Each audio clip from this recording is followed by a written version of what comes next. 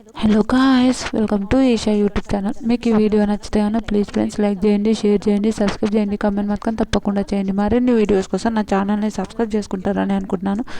Please friends నచ్చితే కనుక subscribe చేసుకోండి.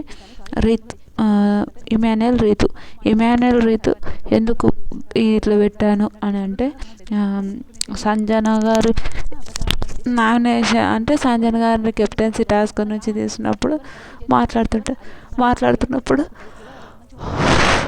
సంజన గారిని కెప్టెన్సీ టాస్క్ నుంచి తీసినప్పుడు ఇలా మాటలు ఎందుకు వస్తున్నాయండి అని అనుకోవచ్చు మీరు. కానీ మన రీతు కూడా ఇలాంటి తప్పు లేదు కదా అండి. నిజం చెప్పండి, రీతు తప్పు ఉంది. ఇంకా ఆ రోజు నువ్వు నా విషయం తీయకు రీతు, నా విషయం అంటే ఇమాన్యుయల్ అందుకే కదా నీతో మాట్లాడతలేడు నీ మాటల కోసం అంటే, ఆ రోజు నేను నీ కోసం మాట్లాడతలేదు రీతు, నేను ఆవిడతో ముఖం చాటేసుకుంటున్నాను అందుకోసం రీతు అని మాట్లాడుతుంటుంది.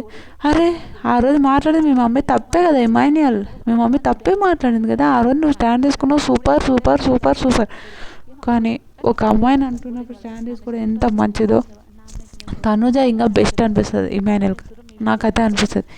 ఎంత కోపం వస్తుందో ఒక్కొక్కసారి ఇమాన్యుయల్ చూస్తే. సేఫ్ గేమర్ అంటే సెల్ఫిష్ అనిపిస్తుంది నాకు ఒక్కొక్కసారి ఇమాన్యుయల్ చూస్తే.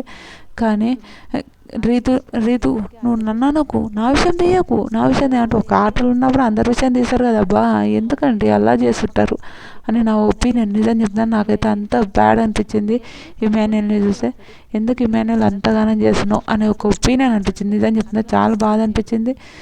రీతుని విషయంలో అయితే నాకు చాలా బాధ అనిపించింది. రీతు మాత్రం ఈ వీక్ మాత్రం సూపర్ సూపర్ సూపర్. మీరు ఎంతమంది అనుకుంటున్నారో ప్లీజ్ కామెంట్ చేయండి. బాయ్.